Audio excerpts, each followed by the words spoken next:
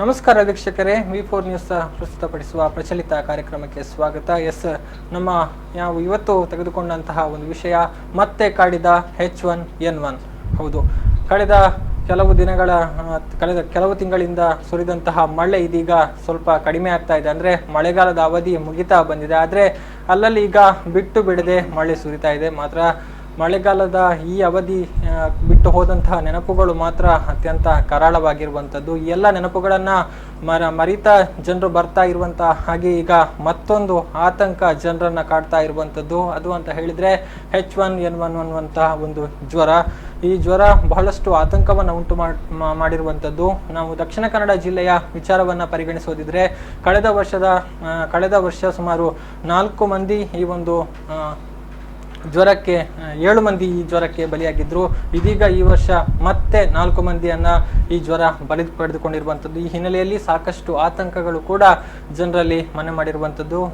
ಈ ಹಿನ್ನೆಲೆಯಲ್ಲಿ ಜನರಿಗೆ ಈ ಒಂದು ರೋಗದ ಬಗ್ಗೆ ಅಥವಾ ಈ ಒಂದು ಜ್ವರದ ಬಗ್ಗೆ ಸಮರ್ಪಕವಾದ ಮಾಹಿತಿಯನ್ನು ನೀಡುವ ನಿಟ್ಟಿನಲ್ಲಿ ನಾವು ಇವತ್ತು ಪ್ರಯತ್ನವನ್ನ ಮಾಡ್ತಾ ಇರುವಂಥದ್ದು. ನಮ್ಮ ಜೊತೆ ಚರ್ಚೆಯಲ್ಲಿ ಭಾಗವಹಿಸ್ತಾ ಇರುವಂತವರು ಮೊದಲಿಗೆ ಜಿಲ್ಲಾ ಆರೋಗ್ಯಾಧಿಕಾರಿಯಾಗಿರುವಂತಹ ಡಾಕ್ಟರ್ ರಾಮಕೃಷ್ಣ ರಾವ್ ಅವರು ನಮ್ಮ ಜೊತೆ ಕಾರ್ಯಕ್ರಮದಲ್ಲಿ ಭಾಗವಹಿಸಿದ್ದಾರೆ. ಸರ್, ಕಾರ್ಯಕ್ರಮಕ್ಕೆ ಸ್ವಾಗತ. ಹಾಗೇನೆ ತಾಲೂಕು ಆರೋಗ್ಯಾಧಿಕಾರಿ ಡಾಕ್ಟರ್ ನವೀನ್ ಚಂದ್ರ ಸುವರ್ಣ ಅವರು ಕೂಡ ನಮ್ಮ ಜೊತೆ ಜಾಯಿನ್ ಆಗಿದ್ದಾರೆ. ಇವರು ಕೂಡ ಈ ಒಂದು ಜ್ವರದ ಬಗ್ಗೆ ಹಾಗೆ ಇವುಗಳನ್ನ ನಿಯಂತ್ರಣ ಮಾಡುವ ನಿಟ್ಟಿನಲ್ಲಿ ಒಂದು ಮಾಹಿತಿಯನ್ನ ಕೊಡೋದಕ್ಕಿದ್ದಾರೆ. ಹಾಗೇನೆ ನಮ್ಮ ಜೊತೆ ಇರುವಂತಹ ಮತ್ತೊಬ್ಬ ವೈದ್ಯರು ಡಾಕ್ಟರ್ ನಿಖಿಲ್ ಡಿಸೋಜಾ, ಮಂಗಳೂರಿನ KMC ಆಸ್ಪತ್ರೆಯಲ್ಲಿ ಇವರು ಫಿಸಿಷಿಯನ್ ಆಗಿ ಕರ್ತವ್ಯವನ್ನ ನಿರ್ವಹಣೆ ಮಾಡ್ತಾ ಇದ್ದಾರೆ. ಸರ್, ಕಾರ್ಯಕ್ರಮಕ್ಕೆ ಸ್ವಾಗತ. ಇನ್ನು ನಮ್ಮ ಜೊತೆ ಇರುವಂತಹ ಮತ್ತೊಬ್ಬ ಅತಿಥಿ ಸುಚಿತ್ರಾ ಶೆಣೈಯವರು. ಇವರು ಕೂಡ ಮಂಗಳೂರಿನ KMC ಆಸ್ಪತ್ರೆಯಲ್ಲಿ ಮೈಕ್ರೋಬಯಾಲಜಿಸ್ಟ್ ಆಗಿ ಕರ್ತವ್ಯವನ್ನು ನಿರ್ವಹಣೆ ಮಾಡ್ತಾ ಇದ್ದಾರೆ. ಮೇಡಮ್, ಕಾರ್ಯಕ್ರಮಕ್ಕೆ ಸ್ವಾಗತ. ಈಗಾಗಲೇ ಗೊತ್ತಿರುವಂಥದ್ದು, ಈಗಾಗಲೇ ಜಿಲ್ಲಾ ಆರೋಗ್ಯ ಇಲಾಖೆ ಕೂಡ ಈ ಬಗ್ಗೆ ಸಾಕಷ್ಟು ಮಾಹಿತಿಗಳನ್ನು ಕೂಡ ಜನರಿಗೆ ಕೊಡ್ತಾ ಇರುವಂಥದ್ದು. ಆಕ್ಚುಲಿ ನಾನು ಮೊದಲು ಡಾಕ್ಟರ್ ನಿಖಿಲ್ ಅವರಿಂದನೇ ಶುರು ಮಾಡ್ತೀನಿ. ಡಾಕ್ಟರ್, ನಿಮ್ಮ ಪ್ರಕಾರ ಈಗ ತಾವು ಪ್ರಾಕ್ಟೀಸ್ ಮಾಡ್ತಾ ಇದ್ದೀರಿ, ಈ ಬಗ್ಗೆ ಚಿಕಿತ್ಸೆಗಳನ್ನು ಕೂಡ ನೀಡ್ತಾ ಇದ್ದೀರಿ. ಆಕ್ಚುಲಿ ಏನು ಅಂದರೆ ಸ್ವೈನ್ ಫ್ಲೂ ಅಥವಾ H1N1 ಫ್ಲೂ ಅಂದರೆ ಏನು ಅನ್ನುವಂಥದ್ದು ಸರ್? ಇದು ಆ್ಯಕ್ಚುಲಿ ಒಂದು ವೈರಲ್ ಜ್ವರ ಹಾಗೆ ಇದೆ. ನಾವು ಅಟ್ಲೀಸ್ಟ್ ಒಂದು ವರ್ಷದಲ್ಲಿ ಎಲ್ಲರಿಗೆ 2-3 ಸಲ ವೈರಸ್ ಜ್ವರ ಬಂದೇ ಇರ್ತದೆ. ಶೀತ ಜ್ವರ ಅಂತ ನಾವು ಹೇಳ್ತೇವೆ ಎಲ್ಲರಿಗೆ. ಆದರೆ ಈ ಒಂದು ವೈರಸ್ ಸ್ವಲ್ಪ ಕಾಂಪ್ಲಿಕೇಟೆಡ್ ವೈರಸ್. ಅಂದರೆ ಅದರ ಮ್ಯಾನಿಫೆಸ್ಟೇಷನ್ಸ್ ಸ್ವಲ್ಪ ಜಾಸ್ತಿ ಕಾಂಪ್ಲಿಕೇಶನ್ಸ್ ಇದ್ದು, ಹಾಗೆ ನಿಮ್ಗೆ ಗೊತ್ತುಂಟು ಡೆತ್ಸ್ ಆಗಿದೆ ಅಂತ. ಸೊ ಇದರಲ್ಲಿ ನೀವು ಒಂದು ಕಂಡುಹಿಡಬೇಕಂದ್ರೆ ಸ್ಪ್ರೆಡ್ ಆಗೋದು ಹೇಗೆ ಅಂತ. H1N1 ಅಂತ ನಾವು ಹೇಳ್ತೇವೆ. ಅದರ ಪ್ರಕಾರದಲ್ಲಿ ವೆರೈಟಿಗಳು ಇದೆ, H5N1, H3N2 ಅಂತ. ಆದರೆ H1N1 ತುಂಬ important because it is life threatening ಅಂತ. ಸೊ ಸ್ಪ್ರೆಡ್ ಆಗೋದು ಯೂಶಲಿ ಇದು ಡ್ರಾಪ್ಲೆಟ್ ಇನ್ಫೆಕ್ಷನ್. ಅಂದರೆ ನಾವು ಈಗ ನಡೆಯುವಾಗ ನಾವು ಸುಮ್ಮನೆ ಹೀಗೆ ಕೆಮ್ತೇವೆ. ಸೊ ಕೆಮ್ಮುವಾಗ ಡ್ರಾಪ್ಲೆಟ್ ಇನ್ಫೆಕ್ಷನ್ ಅಂದರೆ ಅದು ಏರಲ್ಲಿ ಏರೋಸೋಲ್ ಆಗಿ ಸ್ಪ್ರೆಡ್ ಆಗ್ತದೆ. ಸೊ ಒಂದು ಜನರಿಂದ ಇನ್ನೊಂದು ಜನಕ್ಕೆ ಸ್ಪ್ರೆಡ್ ಆಗುವ ಚಾನ್ಸಸ್ ಉಂಟು. ಆದರೆ ಒಂದು ನಿಮಗೆ to be on the safer side ನಮ್ಮದು ಇಮ್ಯುನಿಟಿ ಅಂತ ಇದೆ. ಸೊ ಎಲ್ಲರಿಗೆ ಅದು ಲೈಫ್ ಥ್ರೆಟ್ನಿಂಗ್ ಕಾಂಪ್ಲಿಕೇಶನ್ಸ್ ಮ್ಯಾನಿಫೆಸ್ಟೇಷನ್ ಬರುವ ಸಾಧ್ಯತೆ ತುಂಬ ಕಮ್ಮಿ, ಆದರೆ ಕೆಲವರಿಗೆ ಮಾತ್ರ. ಸೊ ಇದು ಒಂದು ನಾವು ಇಡಬೇಕು. ಇನ್ನು ಡಾಕ್ಟರ್ ನವೀನ್ ಚಂದ್ರ ಕುಲಾಲ್ ಅವರ ನಾನು ಕೇಳೋದಿದ್ರೆ, ಈಗ ಪ್ರತಿಯೊಂದು ಜ್ವರ ಬಂದ ಸಂದರ್ಭದಲ್ಲಿ ಒಂದೊಂದು ಪ್ರಾಣಿಗಳ ಹೆಸರಿನಿಂದ ಆ ಜ್ವರಗಳು ಒಂದು ಅಂದ್ರೆ ಹೆಸರನ್ನ ಪಡೆದುಕೊಳ್ಳುವಂಥದ್ದು. ಅಂದ್ರೆ ಗೊತ್ತಿರ್ಬೋದು, ಈ ಹಿಂದೆ ಏನು ಬಾವಲಿ ಜ್ವರ ಅಂತ ಬಂತು, ಹಕ್ಕಿ ಜ್ವರ ಅಂತ ಬಂತು. ಇದೀಗ ಈ H1N1 ಹಂದಿ ಜ್ವರ ಅನ್ನುವಂಥ ಹೆಸರಿನಿಂದ ಒಂದು ಕರೆಸಿಕೊಳ್ತಾ ಇರುವಂಥದ್ದು. ಆಕ್ಚುಲಿ ಏನು ಸರ್, ಏನು ಹಂದಿ ಜ್ವರ ಅಂತ ಬರೋದಕ್ಕೆ ಒಂದು ಕಾರಣ ಏನು ಅನ್ನುವಂಥ? ಈಗ ಎಲ್ಲ ವೈರಲ್ ಫೀವರ್ಸ್, ಈಗ H1N1 ಅಥವಾ H3N2 ಇರ್ಬೋದು, ಇದನ್ನೆಲ್ಲ ಕನೆಕ್ಟೆಡ್ ಟು ಸ್ವೈನ್ ಫ್ಲೂ ಅಥವಾ ಹಂದಿ ಜ್ವರ ಇರ್ಬೋದು, ಇಕ್ವೈನ್ ಫೀವರ್ ಇರ್ಬೋದು, ಅಥವಾ ಏವಿಯನ್ ಫ್ಲೂ ಇರ್ಬೋದು. ಏವಿಯನ್ ಅಂದರೆ ಹಕ್ಕಿ ಜ್ವರ ಅಂತ ನಾವೇನು ಹೇಳ್ತಾ ಇದ್ವಿ, ಅದು ಬೇರೆನೆ. ಅದು ಈ 3 ಕೂಡ ಹತ್ತಿರದ ಪ್ರಭೇದಗಳು. ಬೇಸಿಕ್ ವೈರಸ್ ಒಂದೇ ಆಗಿದ್ರು ಅದರ ಒಳಗಿರುವ ವೈರಸ್ ಪ್ರಭೇದ, ಸೂಕ್ಷ್ಮ ಪ್ರಭೇದಗಳು ಬೇರೆ ಇರ್ತದೆ. H1N1 ಬೇರೆ, H3N2 ಬೇರೆ, ಅದೆಲ್ಲ ಬೇರೆ ಬೇರೆ ಇರ್ತದೆ. ಮೊದಲಿಗೆ ಈ ಜ್ವರ ಜಾಸ್ತಿಯಾಗಿ ಹಂದಿಗಳಲ್ಲಿ ಕಾಣ ಸಿಗ್ತಾ ಇತ್ತು. ಹಂದಿ ಸಾಕೋ ಜನರು ಇರ್ತಾರೆ ಅಥವಾ ಕ್ಲೋಸ್ ಆಗಿ ಅದರ ಒಟ್ಟಿಗೆ ಇರೋರು ವೆಟರ್ನರಿ, ಅವರಲ್ಲಿ ಹೆಚ್ಚಾಗಿ ಫಸ್ಟ್ ಕಂಡು ಬಂದ ಕಾರಣ ಸ್ವೈನ್ ಫ್ಲೂ ಅಂತ ಹೇಳ್ತಾ ಇದ್ವಿ. ಈಗ ಸ್ವೈನ್ ಫ್ಲೂ ಹಂದಿಯ ಸಾಕಾಣಿಕೆ ಕೆಲಸ ಮಾಡೋರಿಗಿಂತ ಜಾಸ್ತಿ ಉಳಿದ ಜನರಲ್ ಪಾಪ್ಯುಲೇಷನ್ ಅಲ್ಲೇ ಇದೆ. ಯಾಕಂತ ಹೇಳಿದ್ರೆ ಜನರಲ್ ಪಾಪ್ಯುಲೇಷನ್ ಅಲ್ಲಿ ಜನರಿಂದ ಜನರಿಗೆ ಹರಡ್ತದೆ. ಹಾಗೂ ಮ್ಯೂಟೇಷನ್ ಅಲ್ಲಿಂದ ಬಂದಿರ್ಬೋದು. ಮತ್ತೆ ಈಗ H1N1 ಅನ್ನೋದು ಮನುಷ್ಯ ಸಾಮಾನ್ಯರಲ್ಲಿ ಜನರಿಂದ ಜನರಿಗೆ ಹರಡುವಂತ ಒಂದು ಸಾಮಾನ್ಯ ವೈರಲ್ ಫೀವರ್ ಅಥವಾ ಫ್ಲೂ ಅಥವಾ ಇನ್ಫ್ಲುಯೆನ್ಸಾ. ಇದೆಲ್ಲ ಒಂದೇ, ಹೇಳೋದು ಮಾತ್ರ ಬೇರೆ ಬೇರೆ ಹೆಸರಿನಿಂದ ಕರೀತೇವೆ. ಬಟ್ ಪ್ರಭೇದಗಳು ಬೇರೆ ಇರ್ಬೋದು, ಅದರ ಲಕ್ಷಣಗಳು ಆಲ್ಮೋಸ್ಟ್ ಸೇಮ್ ಇರುತ್ತೆ. ಎಸ್ ಎಸ್ ಇನ್ನು ನಾನು ಮೇಡಮ್ ಹತ್ರ ಕೇಳಬೇಕು ಏನು ಅಂತ ಹೇಳಿದ್ರೆ, ಪ್ರತಿಯೊಂದು ರೋಗಗಳು ಹರಡೋದಕ್ಕೂ ಒಂದು ಮಾಧ್ಯಮ ಅಂತ ಇರುತ್ತೆ, ಅಥವಾ ಒಂದು ಜೀವಿಗಳು ಇದಕ್ಕೆ ಕಾರಣ ಆಗಿರುವಂಥದ್ದು. ಇದೀಗ ಗೊತ್ತಿರುವ ಹಾಗೆ ಮಲೇರಿಯಾ ಅನ್ನುವಂಥದ್ದು ಅನಾಫಿಲಿಸ್ ಅನ್ನುವಂಥ ಹೆಣ್ಣು ಸೊಳ್ಳೆಯಿಂದ ಹರಡುವಂಥದ್ದು. ಇನ್ನು ಈ ಒಂದು H1N1 ಅದು ಕೂಡ ಒಂದು ವೈರಸ್ ಅಂತಾನೆ ಪರಿಗಣಿಸಲ್ಪಟ್ಟಿರುವಂಥದ್ದು. ಇದು ಹೇಗಿರ್ತದೆ ಅನ್ನೋದು, ವೈರಸ್ನ ಇದು ಯಾವ ಪ್ರಭೇದ, ಅಥವಾ ಈ ಬಗ್ಗೆ ನಮಗೆ ಸ್ವಲ್ಪ ಒಂದು ಹೆಚ್ಚಿನ ಮಾಹಿತಿಯನ್ನ ಕೊಡಬೇಕು ಅಂತ. ಇದು ಆಕ್ಚುಲಿ H1N1 ಆಗಲಿ H3N2 ಎಲ್ಲ ಆಗಲಿ ಎಲ್ಲ ಒಂದೇ ಒಂದು ಇನ್ಫ್ಲುಯೆನ್ಸಾ ಅಂತ ಒಂದು ವೈರಸ್ ಇಂದ ಬಂದಿರೋದು. ಮೂಲ ಕಾರಣ ಇನ್ಫ್ಲುಯೆನ್ಸಾ ವೈರಸ್ ಅಂತ. ಅದರಲ್ಲಿ 3 ತರದಿರುತ್ತದೆ, influenza A, influenza B, influenza C ಅಂತ. ಅದರಲ್ಲಿ ಎ ಮತ್ತೆ ಬಿ ಹೆಚ್ಚಾಗಿ ನಮ್ಮಲ್ಲಿ ಮನುಷ್ಯರಲ್ಲಿ ರೋಗವನ್ನು ಹರಡ್ತವೆ. ಆದ್ರೆ ಎ ಮತ್ತೆ ಬಿ ಅಲ್ಲಿ ಅದರಲ್ಲಿ ಎ ಮೋಸ್ಟ್ ಮುಖ್ಯ. ಯಾಕೆ ಅಂತ ಹೇಳಿದ್ರೆ ಅದು ತುಂಬಾ ಚೇಂಜಸ್ ಆಗ್ತಾ ಹೋಗ್ತದೆ. ಅದು ನಮ್ಮ ಇದರಲ್ಲಿ ಯಾವುದು ನಮ್ಮ ಎಲ್ಲಾ ಪ್ರಾಣಿಗಳಲ್ಲಿ ಸಹ ಹರಡಬಹುದು. ಆದ್ರೆ ಮನುಷ್ಯರಿಗೆ ಬರುವಾಗ ಅದು ಸ್ವಲ್ಪ ಜಾಸ್ತಿ ರೋಗ ಲಕ್ಷಣಗಳನ್ನು ತೋರಿಸ್ತದೆ. ಮತ್ತೆ ಅದು ಪ್ರತಿ ಸತಿ ಚೇಂಜ್ ಆಗ್ತಾ ಹೋಗ್ತದೆ. ಅದರಿಂದ ಅದಕ್ಕೆ ಬೇರೆ ಬೇರೆ ಹೆಸರುಗಳು ಬಂದಿರೋದು H1N1, H3N2 ಅಂತ. ಅದರಲ್ಲಿರುವ ಕೆಲವೊಂದು ಪ್ರೋಟೀನ್ ಇಲ್ಲ ಆಂಟಿಜೆನ್ ಅಂತ ನಾವು ಹೇಳ್ತೇವೆ, ಅದು ಸ್ವಲ್ಪ ವ್ಯತ್ಯಾಸ ಆಗುವಾಗ ನಮ್ಮಲ್ಲಿ ಅದನ್ನು ತಡೆಗಟ್ಟುವ ಶಕ್ತಿ ಇರುವುದಿಲ್ಲ. ಇಲ್ಲ ಆಂಟಿಬಾಡಿ ಅಂತ ನಮ್ಗೆ ಬರ್ತದಲ್ಲ, ಅದು ತಡೆಗಟ್ಟುವ ಶಕ್ತಿ ಇರುವುದಿಲ್ಲ. ಆದ್ರಿಂದ ನಮ್ಗೆ ಅದು ಪದೇ ಪದೇ ಬರ್ತದೆ, ರೋಗ ನಿರೋಧಕ ಶಕ್ತಿಯಿಂದ. 2009, 2010 ಇರುವಾಗ ಇದು H1N1 ಅಂತ ಒಂದು ಮೇಲೆ ಬಂತು. ಹಾಗೆ ಅದು ತುಂಬಾ ಹರಡಿ ತುಂಬಾ ಜನರು ಸತ್ತದ್ದು ಉಂಟು ಇಡೀ ಜಗತ್ತಿನಲ್ಲಿ. ಆದ್ರೆ ಈಗ ಏನಾಗ್ತಾ ಇದೆ ಅಂದ್ರೆ ಪ್ರತಿ ವರ್ಷ ಅದು ಬರ್ತದೆ. ಆದ್ರೆ ಒಂದು ಸಾಧಾರಣ ನಮ್ಮ ಪ್ರದೇಶದಲ್ಲಿ ಒಂದು ಅಕ್ಟೋಬರ್, ನವೆಂಬರ್ ಇಂದ ಒಂದು ಸಾಧಾರಣ ಫೆಬ್ರವರಿ, ಮಾರ್ಚ್ ತನಕ ಅದು ಬಂದು ಒಂದು ಮೇಲೆ ಕೆಳಗೆ ಹೋಗ್ತಾ ಇರ್ತದೆ. ಆದ್ರಿಂದ ಈಗ ಯಾವ್ದನ್ನು ನಾವು ಸ್ವೈನ್ ಫ್ಲೂ ಆಗ್ಲಿ H1N1 ಆಗ್ಲಿ ಅದನ್ನು ನಾವು ಹಾಗೆ ಕರೆಯದೆ ಇನ್ಫ್ಲುಯೆನ್ಸಾ ಫೀವರ್, ಸೀಸನಲ್ ಇನ್ಫ್ಲುಯೆನ್ಸಾ, ಸಾಧಾರಣ ವೈರಲ್ ಫೀವರ್. ನಾವು ಅದನ್ನು ನಮ್ಮ ಲ್ಯಾಬೊರೇಟರೀಸ್ ಅಲ್ಲಿ ಅದನ್ನು ಯಾವ ಕೀಟಾಣು ಇರಬಹುದು, ವೈರಸ್ ಇರಬಹುದು ಅಂತ ಕಂಡು ಹಿಡಿಯುವಾಗ ಅದು H1N1, H3N2 ಅಂತ ನೋಡುದು. ಆದ್ರೆ ಎಲ್ಲವೂ ಒಂದೇ ತರವಾಗಿ ಹರಡುದು. ಎಸ್ ನಾನು ಜಿಲ್ಲಾ ಆರೋಗ್ಯಾಧಿಕಾರಿಗಳ ಬಗ್ಗೆ ಅವರಿಂದ ಇನ್ನಷ್ಟು ಮಾಹಿತಿಯನ್ನು ಪಡ್ಕೊಳ್ಬೇಕು. ಆದ್ರೆ ಅದಕ್ಕಿಂತ ಮುಂಚೆ ಒಂದು ಪುಟ್ಟ ವಿರಾಮದ ಬಳಿಕ ಮತ್ತೆ ವಿಶೇಷ ಕಾರ್ಯಕ್ರಮ ಮುಂದುವರಿಯುತ್ತೆ.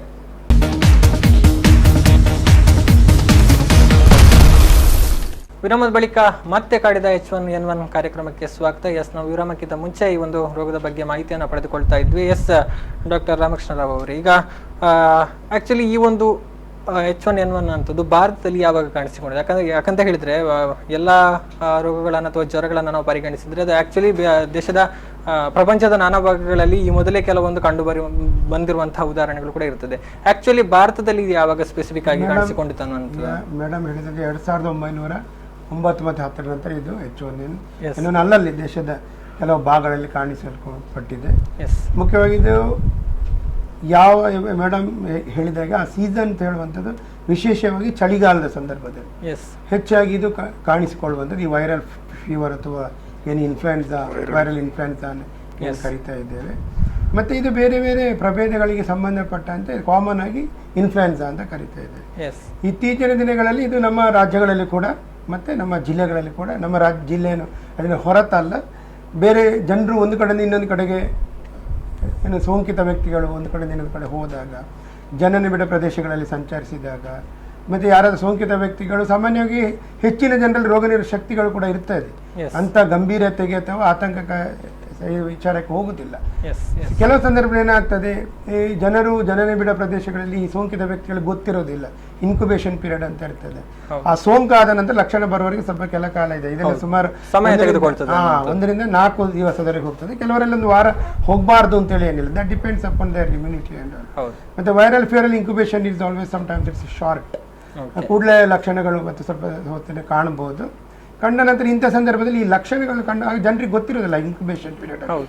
ಮತ್ತೆ ಕೆಲವರು ಲಕ್ಷಣ ಬಂದಾಗ ಪ್ರೋಟ್ರೋಮಲ್ ಸಿಂಪ್ಟಮ್ಸ್ ಅಂತ ಹೇಳ್ತಾರೆ. ಆ ಕಾಯಿಲೆಯ ಸಂಪೂರ್ಣ ಲಕ್ಷಣ ಬರುವ ಮೊದಲು ಸ್ವಲ್ಪ ಶೀತದ ಕೆಮ್ಮಿನಾಗಿ ಹೆಡ್ಏಕ್ನಾಗಿ ಇರ್ತದೆ. ಜನರಿಗೆ ಕಾಮನ್ ಫ್ಲೂ ಅಥವಾ ಕಾಮನ್ ಜ್ವರ ಅಂತ ಬಿಟ್ಟು ತಿಳ್ಕೊಂಡಿರ್ತಾರೆ.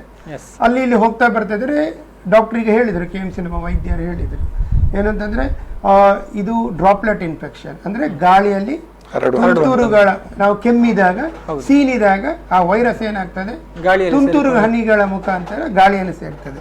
ಆ ಗಾಳಿ, ಆ ಸೋಂಕಿತ ಗಾಳಿಯಲ್ಲಿರುವಂತಹ ಒಂದು ವೈರಸ್ ಅನ್ನು ಸಮೀಪದವರು ಯಾರಾದ್ರೂ ಇನ್ ಅಂಡ್ ಅರೌಂಡ್ ಇದ್ದವರು, ಹತ್ತಿರ ಸಮೀಪದಲ್ಲಿದ್ದವರು ಸೇವಿಸಿದಾಗ ಶ್ವಾಸಕೋಶದ ಮುಖಾಂತರ ಇದು ಈ ವೈರಾಣು ಶರೀರವನ್ನು ಸೇರ್ತದೆ. ಎಲ್ರಿಗೂ ಇದು ಬರಲೇಬೇಕು ಅಂತೇಳಿಲ್ಲ. ಕೆಲವರಿಗೆ ಅವರ ಉತ್ತಮವಾದ ರೋಗನಿರೋಧಕ ಶಕ್ತಿ ಇದ್ದಾಗ ಅವರಿಗೆ ಈ ಕಾಯಿಲೆ ಬರದೇ ಇರ್ಬೋದು, ಸೋಂಕಿತರಾದ್ರೂ ಕೂಡ ಕಾಯಿಲೆ ಬರದೇ ಇರ್ಬೋದು. ಇನ್ನೊಂದೇನು ಅಂತಂದ್ರೆ ಕೆಲವರಿಗೆ ಸ್ವಲ್ಪ ಇದು ಇಮ್ಯುನಿಟಿ ಏನು ಡಾಕ್ಟರ್ ಹೇಳಿದ್ರು, ರೋಗ ಶಕ್ತಿ ಸಾಧಾರಣ ಮಟ್ಟಿಗೆ ಇದ್ದಾಗ ನಾನೀಗ ಹೇಳಿದೆ ಅಲ್ಲ, ಸ್ವಲ್ಪ ಸಣ್ಣ ಪುಟ್ಟ ಲಕ್ಷಣಗಳು ಬಂದು ಹೋಗಬಹುದು. ಸಣ್ಣ ಪುಟ್ಟ ಲಕ್ಷಣ, ಸ್ವಲ್ಪ mild headache, mild fever, 1 or 2 days ಬಂದು ಹೋಗ್ಬೋದು. Without treatment they can be fine, ಸರಿಯಾಗಿ ಆರಾಮಾಗಿರೋರು ಆಗ್ತಾರೆ. ಕೆಲವರಲ್ಲಿ ಏನಾಗ್ತದೆ ಅಂತ ಹೇಳಿದ್ರೆ ಇದನ್ನು ಗಂಭೀರವಾಗಿ ನಾವು ಎಲ್ಲಿ ಪರಿಗಣಿಸಬೇಕು ಅಂತಂದ್ರೆ, ಯಾರು 6-5 ವರ್ಷಗಳಿಂದ ಕೆಳಗಿನ ಮಕ್ಕಳಿದ್ದಾರೆ ಆ ಮನೆಯಲ್ಲಿ, ಎರಡನೇದು 65 ವರ್ಷದ ಹೆಚ್ಚಿನ ಪ್ರಾಯದ ವಯಸ್ಸಿನ ಮಧುಮೇಹ ಕಾಯಿಲೆ ಅಥವಾ ಅದಕ್ಕೆ ಇನ್ಸುಲಿನ್ ಅಲ್ಲಿ ಕೆಲವರು ತಗೊಳ್ತಾ ಇರ್ತಾರೆ, ಔಷಧ ತಗೊಳ್ತಾ ಇದ್ದಾರೆ. ಕೆಲವರು ಅತಿಯಾಗಿ ಧೂಮಪಾನ ಮಾಡಿದವರು, ಅವರ ಶ್ವಾಸಕೋಶ ಬಹಳ ನಿತ್ರಾಣವಾಗಿರ್ತದೆ, ನನ್ನ ನಾಪದವನ್ನು ಬಳಸಲಿಕ್ಕೆ ಇಷ್ಟಪಡ್ತಾ ಇದ್ದಾರೆ. ಕೆಲವರೆಲ್ಲ ಕ್ಷಯರೋಗಿಗಳು, ಕೆಲವು ಚಿಕಿತ್ಸೆ ಪಡ್ತಾ ಇರಬಹುದು, ಕೆಲವರು ಕ್ಯಾನ್ಸರ್ಗೆ ಚಿಕಿತ್ಸೆ ಪಡ್ತಾ ಇರ್ತಾರೆ, ಕೆಲವರು ಉಬ್ಬಸ ಅಥವಾ ನಮ್ಮ ಹಳ್ಳಿಯಲ್ಲಿ ಏನು ಉಬ್ಬಸ ಅಥವಾ ನೇವಸ ಅಂತ ಕಾಯಿಲೆಗಳನ್ನು ಬಳಸ್ತಾ ಇದ್ದಾರೆ. ಕೆಲವರಲ್ಲಿ ಈ ಮೂತ್ರಪಿಂಡ ಅಥವಾ ಹೃದಯದ ಕಾಯಿಲೆ ಅಥವಾ ಕೆಲವು ಯಕೃತ್ ಅಥವಾ ಮೇದೋಜೀರಕ ಗ್ರಂಥಿಗಳಲ್ಲಿ ಇರ್ತದೆ, ಆ ಕಾಯಿಲೆಗಳ ಸಮಸ್ಯೆಗಳನ್ನು ಬಳಸ್ತಾರೆ. ಕೆಲವರು ಲಾಂಗ್ ಸ್ಟ್ಯಾಂಡಿಂಗ್, ಕೆಲವರು ಸ್ಟೀರಾಯ್ಡ್ಸ್ ಅನ್ನು ವೈದ್ಯರು ಕೊಟ್ಟಿರ್ತಾರೆ ಅವರ ಉಳಿಯುಗ ಅಥವಾ ಅವರ ಕಾಯಿಲೆಯನ್ನು ನಿಯಂತ್ರಣ ಮಾಡಲಿಕ್ಕೆ.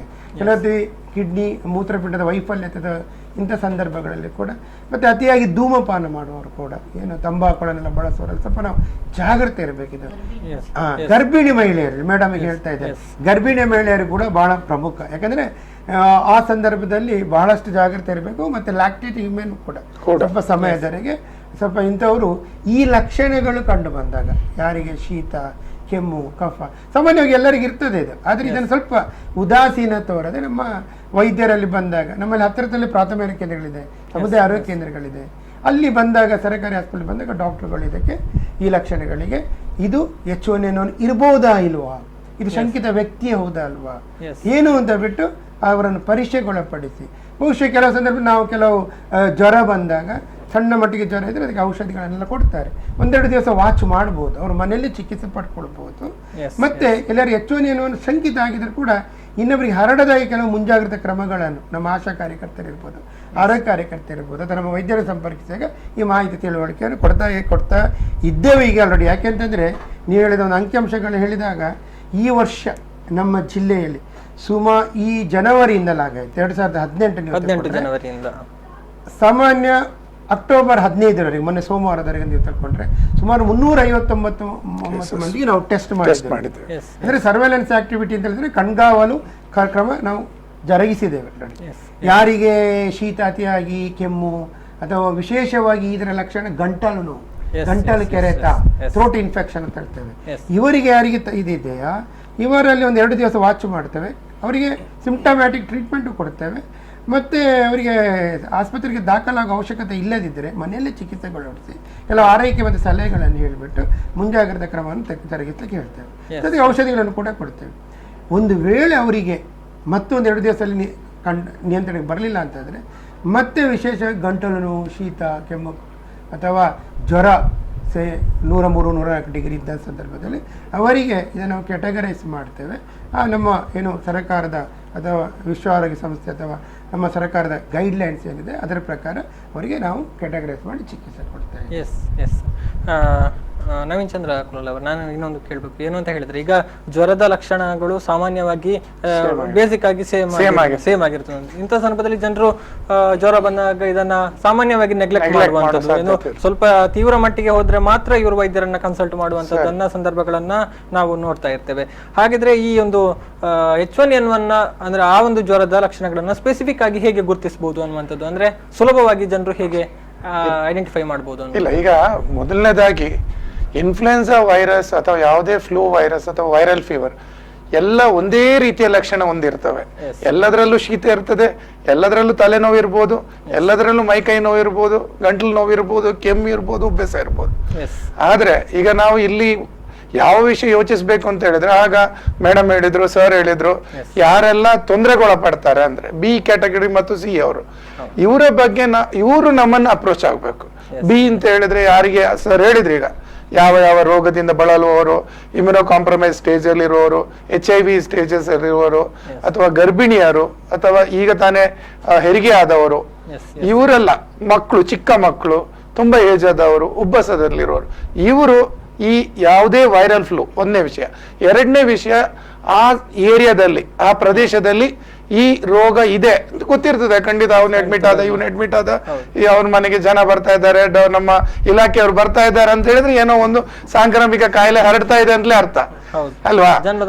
ಅರ್ಥ ಮಾಡ್ಕೊಳ್ಬೇಕು. ಅಲ್ಲದೆ ನಮ್ಮ ಇಲಾಖೆಯಿಂದ ಬಂದ ಆಶಾ ವರ್ಕರ್ಸ್ ಆಗಿರ್ಬೋದು, ಅಥವಾ ನಮ್ಮ ANMs ಆಗಿರ್ಬೋದು, ಅಥವಾ ನಮ್ಮ ವೈದ್ಯಾಧಿಕಾರಿಗಳಾಗಿರ್ಬೋದು, ಅದು ನಾವೇ ಹೋದಾಗ ಜನರನ್ನು ಸೇರಿಸಿ ಅಲ್ಲಿ ಮಾಹಿತಿ ಕೊಡ್ತೇವೆ. ಸೊ ಈ ಮಾಹಿತಿ ಪಡ್ಕೊಂಡ ಮಂತ್ರ ದೇ ನೋ ದಟ್ ಆ ಪ್ರಾಬ್ಲಮ್ ಅಲ್ಲಿ ಇದೆ ಅಂತ.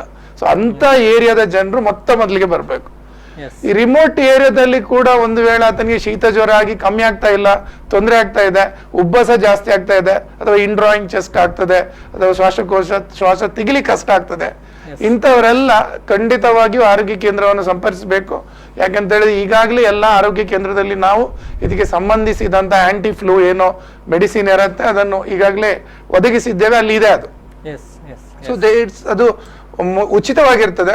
ಇನ್ನೊಂದು ಅತಿ ಮುಖ್ಯವಾದ ವಿಚಾರ ಅಂತ ಹೇಳಿದ್ರೆ, ಒಂದು ವೇಳೆ ಅವರು ಪ್ರೈವೇಟ್ಗೆ ಹೋಗೋದಿದ್ರು ಅಥವಾ ಪ್ರೈವೇಟ್ ಹಾಸ್ಪಿಟಲ್ ಅಡ್ಮಿಟ್ ಆಗಿದ್ರು, ಅವರಿಗೆ ಅಥವಾ ಪಡ್ಕೊಳ್ಳುವಂತ ಫೈನಾನ್ಷಿಯಲ್ ಎಕನಾಮಿಕಲಿ ಪೂವರ್ ಇದ್ರೆ, ಅವರಿಗೆ ಆ ಮದ್ದನ್ನು ಪಡ್ಕೊಳ್ಳಿ ಕಷ್ಟ ಆದ್ರೆ ಸರ್ಕಾರದ ವತಿಯಿಂದ ನಾವು ಖಂಡಿತ ಒದಗಿಸ್ತೀವಿ.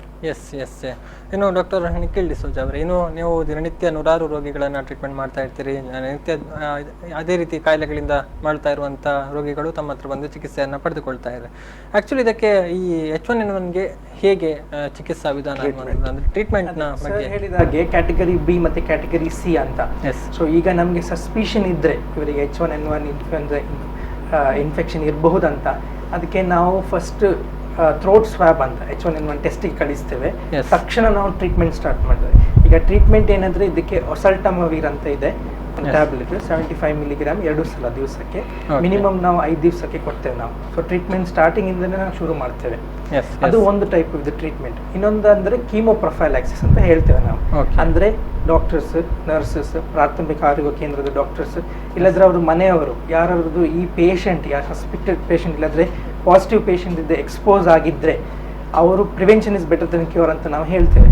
ಸೊ ಅದ್ರ ಮುಖಾಂತರ ನಾವು ಅವರಿಗೆ ಕೀಮೋ ಪ್ರೊಫೈಲಾಕ್ಸಿಸ್ ಡೋಸ್ ಅಂತ ಕೊಡ್ತೇವೆ. ಸೇಮ್ ಟ್ಯಾಬ್ಲೆಟ್ ಒಸಲ್ಟಿನ್ ಮೇಲೆ 75 ಮಿಲಿಗ್ರಾಮ್, ಆದರೆ ದಿವಸಕ್ಕೆ ಒಂದ್ಸಲ. ಮಿನಿಮಮ್ ಅವ್ರು ಹೇಳ್ತಾರೆ 7 to 10 ಡೇಸ್ ಗೈಡ್ಲೈನ್ಸ್ ಪ್ರಕಾರ ಅಂತ. ಮತ್ತೆ ಇನ್ನೊಂದು ಇಂಪ್ರೂವ್ಮೆಂಟ್ ಅಂದ್ರೆ, ಬೇರೆ ಜ್ವರ ಏನಾದರೂ ಇದಕ್ಕೆ ಅದಕ್ಕೆ ಟ್ರೀಟ್ಮೆಂಟ್ ಕೊಡಬೇಕು. ಮನೆಯಲ್ಲಿ ಸಹ ಕೊಡ್ಬೋದು ಇದು ಟ್ರೀಟ್ಮೆಂಟ್, ಆದರೆ ಲಕ್ಷಣಗಳು ಜಾಸ್ತಿ ಇದ್ದರೆ, ಕಾಂಪ್ಲಿಕೇಶನ್ಸ್ ಇದ್ದರೆ, ದಮ್ ಇದ್ದರೆ ಅದು ನಾವು ಹಾಸ್ಪಿಟಲಲ್ಲಿ ನೋಡಬೇಕು. ಮತ್ತು ಅವರಿಗೆ ಐಸೋಲೇಷನ್ ವಾರ್ಡ್ ಅಂತ ಇಡ್ತೇವೆ ನಾವು, ಅಂದರೆ ಸ್ಪ್ರೆಡ್ ಆಗಬಾರ್ದಂತ. ಮತ್ತು nutrition is very very important ಅಂತ. ಇನ್ನು ಮೇಡಮ್, ನಾವು ನಿಮ್ಮಿಂದ ಮಾಹಿತಿಯನ್ನು ಪಡ್ಕೊಳ್ಬೇಕು ಅಂದರೆ, ಸಾಮಾನ್ಯವಾಗಿ ಈ ಒಂದು ಟೆಸ್ಟಿಗೆ ಒಂದಿಷ್ಟು ಟೈಮ್ ಬೇಕಾಗುತ್ತೆ ಅಂತ. ಆದರೆ ಅದಕ್ಕಿಂತ ಮುಂಚೆ ಒಂದು ಸಣ್ಣ ವಿರಾಮವನ್ನು ತಗೊಳ್ತೇನೆ. ವಿರಾಮದ ಬಳಿಕ ಮತ್ತೆ ವಿಶೇಷ ಕಾರ್ಯಕ್ರಮ ಮುಂದುವರಿಯುತ್ತೆ.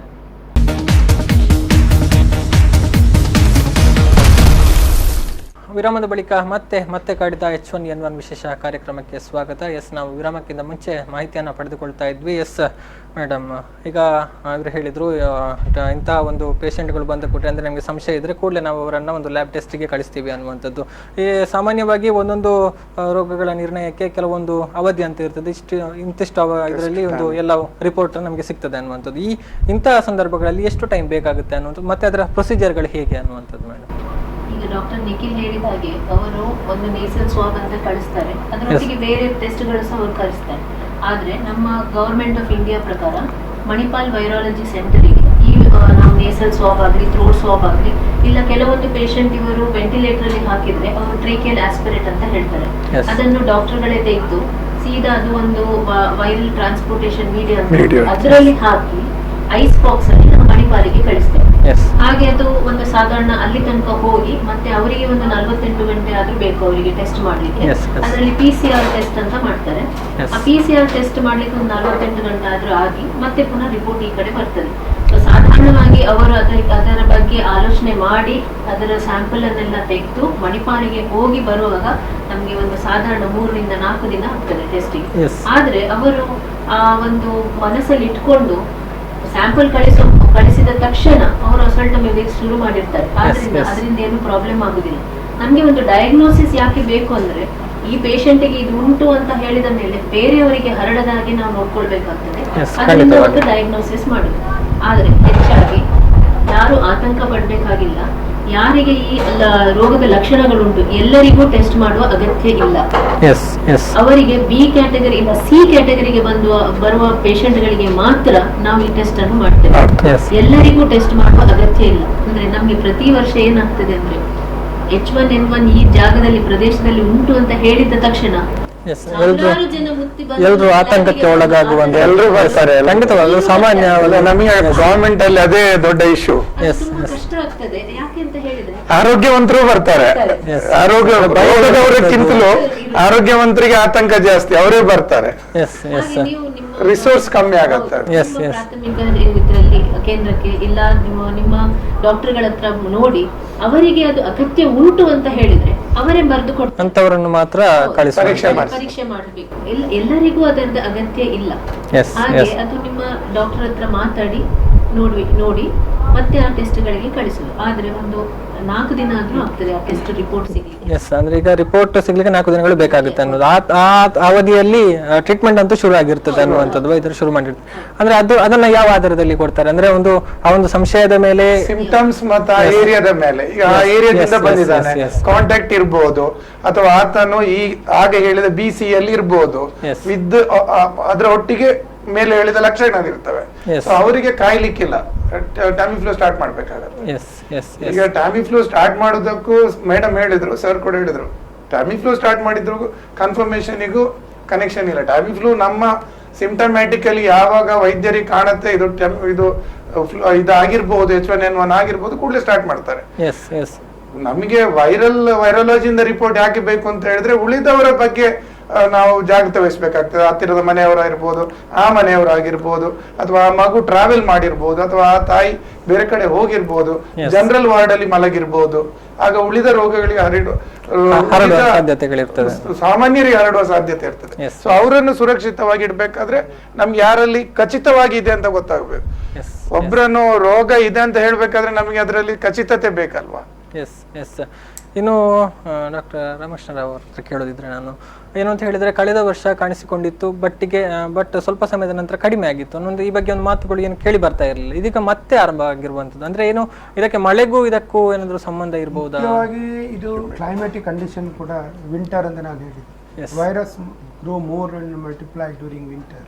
ಇಟ್ಸ್ ಸೆನ್ಸಿಟಿವ್ ಟು ಹೀಟಿಗೆ ಸೆನ್ಸಿಟಿವಿಟಿ. ಇಲ್ಲಿ ವಿಶೇಷವಾಗಿ ಅಂದ್ರೆ ಲಾಸ್ಟ್ ಇಯರ್ ನಾವು ಅದನ್ನು ನೋಡಿದ್ರು ಕೂಡ ನಮ್ಮ ಲೆಕ್ಕ ಒಂದು ಅಂಕೆ ಸಂಖ್ಯೆ ನೋಡಿದ್ರೆ ಕಳೆದ ಈ ವರ್ಷದಲ್ಲಿ ಜನವರಿಯಿಂದ ಟಿಲ್ ಆಗಸ್ಟ್ ನಮ್ಮಲ್ಲಿ 3 ಮಂದಿ ಮಾತ್ರ ಈ ರೋಗ ಪತ್ತೆಯಾಗಿತ್ತು ಪಾಸಿಟಿವ್ಸ್. ಯಾರಲ್ಲಿ ಮರಣ ಆಗಲಿಲ್ಲ. ಸುಮಾರು ನಾನು ಆಗ ಹೇಳಿದೆ 359 ಮಂದಿ ಜಿಲ್ಲೆಯಲ್ಲಿ ಟೆಸ್ಟ್ ಮಾಡಿದೆ ಜನವರಿಯಿಂದ 15 ಅಕ್ಟೋಬರ್ ಅಲ್ಲಿ. ನಮಗೆ ಸೆಪ್ಟೆಂಬರ್ ತಿಂಗಳಲ್ಲಿ ಸುಮಾರು 14 ಕೇಸ್ ಪಾಸಿಟಿವ್ ಡಿಟೆಕ್ಟ್ ಆಯಿತು. ಸ್ವಲ್ಪ ಮಳೆ ಕಡಿಮೆ ಆಗಿದೆ, ಸೀಸನಲ್. ಅದಕ್ಕೆ ಮೇಡಮ್ ಹೇಳಿದ್ರು ಸೀಸನಲ್ ಇನ್ಫ್ಲುಯೆನ್ಸಾ ಅಂತ, ವಿಂಟರ್. ಇನ್ನೊಂದು ಏನಂತಂದ್ರೆ ಈಗ ಕಳೆದ 15 ದಿವಸದಲ್ಲಿ ಅಕ್ಟೋಬರ್ ತಿಂಗಳಲ್ಲಿ 1 ರಿಂದ 15 ಸುಮಾರು 14 ಕೇಸ್ ಡಿಟೆಕ್ಟ್ ಮಾಡಿದ್ದೇವೆ. ಈ ಟೋಟಲ್ ಓವರ್ ಆಲ್ ತಗೊಂಡ್ರೆ 359 ಟೆಸ್ಟ್ ಮಾಡಿದ್ರಲ್ಲಿ 29 ಮಂದಿ ಪಾಸಿಟಿವ್ ಬಂದಿದ್ದಾರೆ. ಈ 29 ಪಾಸಿಟಿವ್ಗಳು ಕೂಡ ನಾವು ಎಲ್ಲಾ ತಾಲೂಕುಗಳಲ್ಲಿ ಪರೀಕ್ಷೆ ಮಾಡಿದ್ರು ಕೂಡ ಈಗ ಡಾಕ್ಟರ್ ನವೀನ್ ಹೇಳಿದ್ರು ಯಾರಿಗೆ ಪಾಸಿಟಿವ್ ಬಂದರೆ ಅವರ ಮನೆಯ ಸುತ್ತ ಕಾಂಟ್ಯಾಕ್ಟ್, ಅವರ ಮನೆಯಲ್ಲಿರುವವರು ಸಿಂಪ್ಟಮ್ಸ್ ಇರಬೇಕು. ಸಿಂಪ್ಟಮ್ಸ್ ಇಲ್ಲ ಇದ್ರೆ ಯಾವುದೇ ಅಲ್ಲಿ ಅವನು ಭಯಪಡಬೇಕಾದ ಅಗತ್ಯ ಭಯಪಡೋ ಅವಶ್ಯಕತೆ ಇಲ್ಲ. ಈಗ ಡಾಕ್ಟರ್ ಹೇಳಿದ್ರು ಎಲ್ಲರ ಸಲ ಪ್ಯಾನಿಕ್ ಆಗಿ ಜನರು ಬರ್ತಾರೆ, ಟೆಸ್ಟ್ ಮಾಡಿರ್ತಾರೆ, ನಮ್ಮ ಗವರ್ಮೆಂಟ್ ಸೆಕ್ಟರ್ ಜನರು ಆತಂಕ. ಅದಕ್ಕೆ ಹೇಳಿದ್ರು ಮೇಡಮ್ ಹೇಳಿದಾಗೆ, ಡಾಕ್ಟರ್ ಹೇಳಿದಾಗೆ ಭಯ ಮತ್ತೆ ಆತಂಕ ಪಡೋ ಅವಶ್ಯಕತೆ ಇಲ್ಲ. ಸ್ವಲ್ಪ ನಾವು ಅದರ ಬಗ್ಗೆ ಚಿಂತನೆಯನ್ನು ನಡೆಸಿ ಯಾರಿಗೆ ಲಕ್ಷಣ ಇದೆಯಾ ಅಥವಾ ಅದೇ ಮನೆಯವರು ಅಂತ ಆದರೆ, ಒಂದು ವೇಳೆಗೆ ನಾನು ಹೇಳಿದೆ 350 21 ಪಾಸಿಟಿವ್ ಬಂದಿದೆ. 29 ಅಂದರೆ ಸುಳ್ಯ ಮತ್ತೆ ಪುತ್ತೂರು ತಾಲೂಕಿನಲ್ಲಿ ಯಾವುದೇ ಪ್ರಕರಣ ದಾಖಲೆ ಆಗಲಿಲ್ಲ. ಬೆಳ್ತಂಗಡಿಯಲ್ಲಿ ಒಂದು ದಾಖಲೆ ಆಗಿದೆ, ಅವರು ಆರೋಗ್ಯವಾಗಿದ್ದಾರೆ. ಇನ್ನು ಬಂಟ್ವಾಳದಲ್ಲಿ ಇತ್ತೀಚೆಗೆ ನಡೆದಂತ ಮೊನ್ನೆ ಅಕ್ಟೋಬರ್ ತಿಂಗಳಲ್ಲಿ, ಸೆಪ್ಟೆಂಬರ್ ಅಲ್ಲಿ ಪಾಸಿಟಿವ್ ಬಂದಿತ್ತು, ಕಡೆ end of the week, month October ಅಲ್ಲಿ. ಸೊ 1-2 ಸಂಶಯಾಸ್ಪದ ಸಂಖ್ಯೆಯ ಪ್ರಕರಣಗಳು ಅಂತ ಹೇಳ್ಬಿಟ್ಟು ದಾಖಲೆ ಹಾಕೊಂಡು, ಅದರಲ್ಲಿ ಕೂಡ ಒಂದು ಗರ್ಭಿಣಿ ಮಹಿಳೆ ಚಿಕಿತ್ಸೆಯನ್ನು ಕೊಟ್ಟಿದ್ದಾರೆ ಆಸ್ಪತ್ರೆಗೆ ದಾಖಲಾಗಿ. ಮತ್ತೊಂದು ಅರೌಂಡ್ 50 ಇಯರ್ಸ್ ಮಹಿಳೆ, ಅವರಲ್ಲಿ ಕೂಡ ಅವರು ಚಿಕಿತ್ಸೆಯನ್ನು ಪ್ರಾರಂಭಿಸಿದ್ದಾರೆ, ಅದರ ಸ್ಪಂದನೆ ಆಗಿರೋದಿಲ್ಲ. ಚಿಕಿತ್ಸೆಗೆ ಸ್ಪಂದನೆ ಆಗೋದು ಕೂಡ ಬಹಳಷ್ಟು ಪ್ರಮುಖವಾದಂಥ ವಿಚಾರ. ಟೋಟಲ್ ನಾವು ಲೆಕ್ಕಾಚಾರ ತೆಗೆದುಕೊಂಡಾಗ ಸುಮಾರು ಮಂಗಳೂರಲ್ಲೇ 26 ಮಂದಿ ಪ್ರಕರಣಗಳು ಅರ್ಬನ್ ಮತ್ತೆ ರೂರಲ್ಗೆ ಸಂಬಂಧಪಟ್ಟವು. ಅದೇ ಅರ್ಬನ್ ಅಲ್ಲಿ ಸುಮಾರು 10-15 ಪ್ರಕರಣಗಳು, ರೂರಲ್ ಎಲ್ಲ ಸೇರಿ ಒಂದು 26 ಪ್ರಕರಣಗಳು. ಅಂಕಿಅಂಶಗಳನ್ನು ಗಮನಿಸಿದ್ರೆ ಗ್ರಾಮಾಂತರ ಪ್ರದೇಶಗಳಿಗಿಂತ ನಗರ ಪ್ರದೇಶದಲ್ಲಿ ಬಿಡ ಪ್ರದೇಶ, ಜನರು ಆಚೀಚೆ ಮೂವ್ಮೆಂಟ್, ಮಾಲ್ ಎಲ್ಲ, ಹೋಟೆಲ್ಗಳು, ರೆಸ್ಟೋರೆಂಟ್ಗಳು, ಬಸ್ ಸ್ಟ್ಯಾಂಡ್ಗಳು ಎಲ್ಲ ತಿರುಗಾಟ, contact by the people, close contact it's ಇಂಥ ಅರ್ಬನ್ ಅಥವಾ ಕ್ರೌಡೆಡ್ ಇದರಲ್ಲಿ. ಇಲ್ಲಿ ಏನಾಗ್ತದೆ ಅಂತಂದರೆ, ಆ ಹಿನ್ನೆಲೆಯಲ್ಲಿ ನಮಗೆ 29 ಪ್ರಕರಣಗಳು ಬಂದಿದೆ. ಪ್ರಕರಣಗಳನ್ನು ಗೊತ್ತುಪಡಿಸುವುದು ಅಂಕೆ ಸಂಖ್ಯೆಗಳು ಮಾತ್ರ ನಮಗೆ ಮುಖ್ಯ ಅಲ್ಲ. ಇಲ್ಲಿ ಯಾವುದೇ ಒಂದು ಕಡೆಯಿಂದ ಒಂದು ಸೋಂಕಿತ ವ್ಯಕ್ತಿ ಬಂದಿದ್ದಾರೆ ಅಂತ ಹೇಳಿದ್ರೆ, ಅಲ್ಲಿ ಈ ಯಾಕೆ ಇದು ಹೇಗೆ ಹರಡ್ತದೆ ಅಂತ ಜನರಿಗೆ ತಿಳುವಳಿಕೆ ಮಾಹಿತಿ ಹೋದಾಗ ಬಹುಶಃ ನಮ್ಮ ಆರೋಗ್ಯ ಕಾರ್ಯಕರ್ತರು, ಆಶಾ ಕಾರ್ಯಕರ್ತರ ಮುಖಾಂತರ ಆಗ್ತಾ ಇದೆ ಕರಪತ್ರಗಳನ್ನು ವಿತರಣೆ ಮಾಡೋದು. ಅದನ್ನು ಜನರು ಓದಬೇಕು. ಸ್ವಲ್ಪ ಇದಕ್ಕೆ ಗಮನ ಇಟ್ಟು ಕೇಳಿದಾಗ ಬಹುಶಃ ಆತಂಕ ಮತ್ತು ಭಯ ಪಡೋ ಬದಲು ಸ್ವಲ್ಪ ಇದರ ಬಗ್ಗೆ ಕಾಳಜಿ ವಹಿಸಿದಾಗ ಹೇಗೆ ಹರಡ್ತದೆ ಗೊತ್ತಾದ್ರೆ ನಮ್ಮ ಹತ್ರವೇ ಅದಕ್ಕೆ ತಡೆಗಟ್ಟುವಂತ ಕ್ರಮ ಇದೆ. ತಡೆಗಟ್ಟು ಹೇಗೆ ಇದನ್ನು ಹರಡದ ನಾವು ಆಲೋಚನೆ ಮಾಡಬಹುದು. ಬಹುಶಃ ಭಯ ಮತ್ತೆ ಆತಂಕ ಪಡೋ ಬದಲು ಆ ತಡೆಗಟ್ಟು ವಿಧಾನ ತಿಳ್ಕೊಂಡ್ರೆ, ಉದಾಹರಣೆ ನಾನು ಆಗ ಹೇಳಿದೆ, ಇದು ಡ್ರಾಪ್ಲೆಟ್ ಇನ್ಫೆಕ್ಷನ್, ಕೆಮ್ಮುವಾಗ ಸೀದುವಾಗ ಬರ್ತದೆ.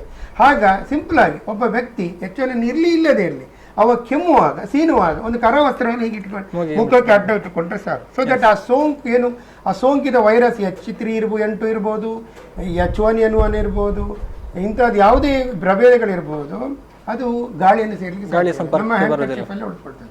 ಮತ್ತೆ ಅದು ಕರೆಕ್ಟಾಗಿ ಕೂಡಲೇ ಡಿಸ್ಪೋಸ್ ಮಾಡಿ ಕ್ಲೀನ್ ಮಾಡಬೇಕು ಸೋಪ್ ವಾಟರ್ ಅಲ್ಲಿ.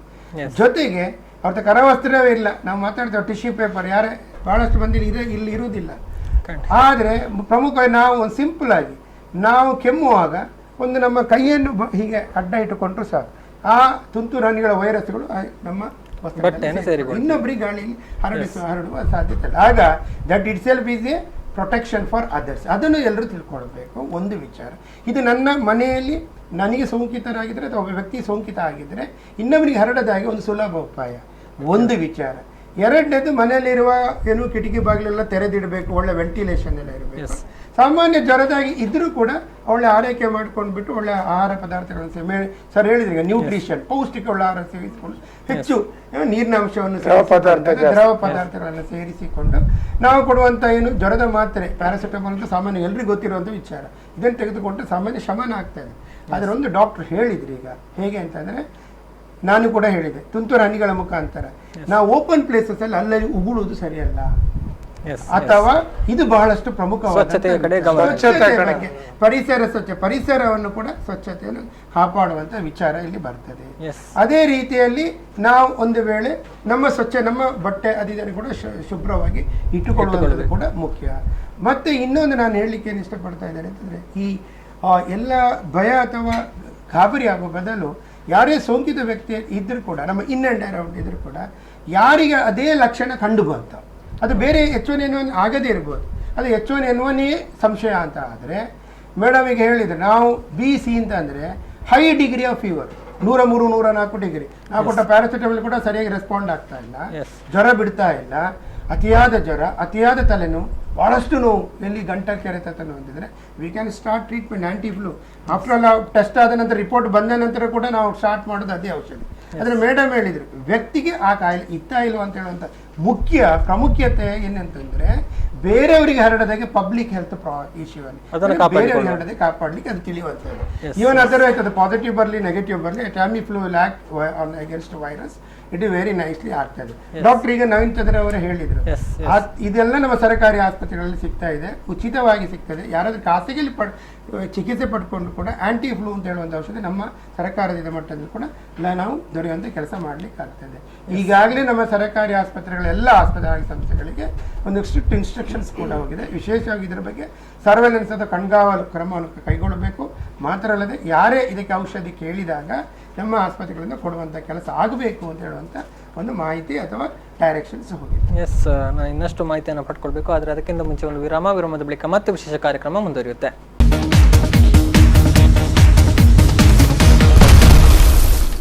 ವಿರಾಮದ ಬಳಿಕ ಮತ್ತೆ ವಿಶೇಷ ಕಾರ್ಯಕ್ರಮಕ್ಕೆ ಸ್ವಾಗತ. ಎಸ್, ನಾವು ವಿರಾಮಕ್ಕಿಂತ ಮುಂಚೆ ಬಹಳಷ್ಟು ಮಾಹಿತಿಗಳನ್ನು ಪಡೆದುಕೊಳ್ತಾ ಇದ್ವಿ. ರೋಗಕ್ಕೆ ಕಾರಣ ಏನು ಮತ್ತು ಇದನ್ನು ಹೇಗೆ ತಡೆಗಟ್ಟಬಹುದು ಅನ್ನುವಂಥದ್ದನ್ನು ಕೂಡ ನಮಗೆ ಅತಿಥಿಗಳು ವಿವರಿಸ್ತಾ ಇದ್ರು. ಎಸ್, ಇನ್ನು ನಾನು ಮತ್ತೆ ಕೇಳಬೇಕು, ಸಾರ್ವಜನಿಕರ ಪಾತ್ರ ಏನು ಅನ್ನುವಂಥದ್ದು. ಯಾಕಂತ ಹೇಳಿದ್ರೆ ಎಲ್ಲ ಒಂದು ರೋಗಗಳನ್ನು ಅಥವಾ ಸಾಂಕ್ರಾಮಿಕ ರೋಗಗಳನ್ನು ತಡೆಗಟ್ಟುವ ನಿಟ್ಟಿನಲ್ಲಿ ಒಂದು ಸಾರ್ವಜನಿಕ ಜಾಗೃತಿ ಬಹಳಷ್ಟು ಪ್ರಮುಖ ಪಾತ್ರವನ್ನು ವಹಿಸುವಂಥದ್ದು. ಇನ್ನು ಇಂತಹ ಸಂದರ್ಭದಲ್ಲಿ ಯಾವ ರೀತಿಯ ಸಾರ್ವಜನಿಕರು ಪ್ರಾಕ್ಟಿಕಲ್ ಆಗಿ ಇದನ್ನ ತಡೆಗಟ್ಟಬಹುದು ಅಥವಾ ಸಾರ್ವಜನಿಕರ ಪಾತ್ರ ಏನು ಅನ್ನುವಂಥದ್ದು ಸರ್? ಮುಖ್ಯವಾಗಿ ಒಂದು ವಿಷಯ ಇಲ್ಲಿ, ಸುಳ್ಳು ಸುದ್ದಿ ಹರಡಬಾರದು, ಆತಂಕಕ್ಕೆ ಒಳಗಾಗಬಾರದು. ತಾನು H1N1 ಏನು ಅಂತ ತಿಳಿದುಕೊಳ್ಬೇಕು, ಇತರರಿಗೆ ಅದನ್ನು ಹೇಳಿಕೊಡ್ಬೇಕು. ಇದು ಮುಖ್ಯವಾದ ವಿಷಯ. ಇನ್ನೊಂದಂತ ಹೇಳಿದ್ರೆ ಆತನ ಯಾವ ರೀತಿ ತನಗೆ ಬರದಾಗೆ ನೋಡ್ಕೊಳ್ಬಹುದು. ಆಗ ಸರ್ ಹೇಳಿದ್ರು, ನಮ್ಮ ಫಿಸಿಷಿಯನ್ ಅವರು ಕೂಡ ಹೇಳಿದ್ರು, ತನ್ನನ್ನು ತಾನು ಒಳ್ಳೆ ನ್ಯೂಟ್ರಿಷಿಯಸ್ ಫುಡ್ ತಗೋಬೇಕು, ಶುಚಿತ್ವ ಕಾಪಾಡಬೇಕು. ಒಂದು ವೇಳೆ ತಮ್ಮ ಮನೆಯಲ್ಲಿ ಒಬ್ಬ ರೋಗಿ ಇದ್ರೆ ತಾವು ಅವನನ್ನು ಸಂಪರ್ಕಕ್ಕೆ ಅವನನ್ನು ಮುಟ್ಟಿದ ಮಾತ್ರ, ಅವನ ಡ್ರೆಸ್ ಮುಟ್ಟಿದ್ರೆ, ಅವನು ಮುಟ್ಟಿದ ವಸ್ತುಗಳನ್ನು ಮುಟ್ಟಿದ್ರೆ ಸರಿಯಾಗಿ ಕೈ ತೊಳ್ಕೊಳ್ಬೇಕು. Hand wash, general hand wash ಅದು ಇಂಪಾರ್ಟೆಂಟ್. ಬಿಸಿಯಾದ ಪದಾರ್ಥವನ್ನೇ ಸೇವಿಸಬೇಕು. ವೈರಲ್ ಫ್ಲೂ ಇರುವಾಗ ಇಟ್ಸ್ ವೆರಿ ಇಂಪಾರ್ಟೆಂಟ್. ತುಂಬಾ ತಣ್ಣಗಿರುವಲ್ಲಿ ಮತ್ತೆ ವೈರಸ್ ರಿಪ್ಲಿಕೇಶನ್ ಸಾಧ್ಯ ಇದೆ ಅಥವಾ ಅದು ಉಳ್ಕೊಳ್ಳಿಕ್ಕೆ ಸಾಧ್ಯ ಇದೆ. ಮತ್ತು ತಮ್ಮ ಮನೆಯಲ್ಲಿ ಅಂಥದ್ದೊಂದು ತೊಂದರೆ ಇದ್ರೆ ಅದನ್ನು ಸಂಬಂಧಪಟ್ಟ ಆರೋಗ್ಯ ಕಾರ್ಯಕರ್ತೆಯರಿಗೆ, ಕಾರ್ಯಕರ್ತೆ ಇರ್ಬೋದು, ಆಶೆನವರು ಇರ್ಬೋದು, ಅಂಗನವಾಡಿಯರು ಇರ್ಬೋದು, ಅಥವಾ ನಮ್ಮ ಆಸ್ಪತ್ರೆ ಇರ್ಬೋದು, ಅವ್ರಿಗೆ ತಿಳಿಸ್ಬೇಕು. ಇದು ಆ ರೋಗಿಯ ಮನೆಗೂ ಅನ್ವಯ ಆಗ್ತದೆ ಹಾಗೂ ವೈದ್ಯರಿಗೂ ಅನ್ವಯ ಆಗ್ತದೆ. ಯಾಕಂತ ಹೇಳಿದ್ರೆ ನಾವೊಬ್ಬ ಖಾಸಗಿ ವೈದ್ಯಂದು ಕೂಡ ಇದು ಜವಾಬ್ದಾರಿ. ಯಾವಾಗೆಲ್ಲ ಈ ರೀತಿಯ ಪ್ಯಾನ್ಡೆಮಿಕ್ ರೀತಿಯ ಒಂದು ಜ್ವರ ಬರ್ತದೆ, ಅದನ್ನು ಒಬ್ಬ ಮದ್ದು ಕೊಟ್ಟು ಗುಣಪಡಿಸಲಿಕ್ಕೆ ಸಾಧ್ಯ ಇಲ್ಲ. ಅದಕ್ಕೆ ಪ್ರಿವೆನ್ಷನ್ನೇ ಬೇಕಾಗಿರೋದು. ಅದಕ್ಕೆ ಆರೋಗ್ಯ ಕಾಳಜಿ ಅಗತ್ಯ. ಮದ್ದಕ್ಕಿಂತಲೂ ಜಾಸ್ತಿ ಯಾವ ರೀತಿ ಇನ್ನೊಬ್ಬರಿಗೆ ಹರಡದಂತೆ ನೋಡ್ಬೇಕು, ಅದನ್ನು ಖಂಡಿತವಾಗಿ ಆತನು ಮಾಡ್ಬೇಕು. ಅದೇ ರೀತಿಯಲ್ಲಿ ನಾವೀಗ ನಮ್ಮ ಬಹಳಷ್ಟು ಆರೋಗ್ಯ ಸಂಸ್ಥೆಗಳು ನಮ್ಮಲ್ಲಿ ಕೂಡ ಕೆಲಸ ಮಾಡ್ತಾ ಇದೆ. ಜೊತೆಗೆ ನಮ್ಮ ಜಿಲ್ಲೆಯಲ್ಲಿ ಖಾಸಗಿ ಸಂಸ್ಥೆಗಳು ಕೂಡ ವಿಶೇಷವಾಗಿ ಅವರ ಕೆಲಸ ಮಾಡ್ತಾರೆ, ಸಂಪೂರ್ಣ ಸಹಕಾರಗಳನ್ನು ಕೂಡ ಕೊಡ್ತಾ ಇದ್ದಾರೆ.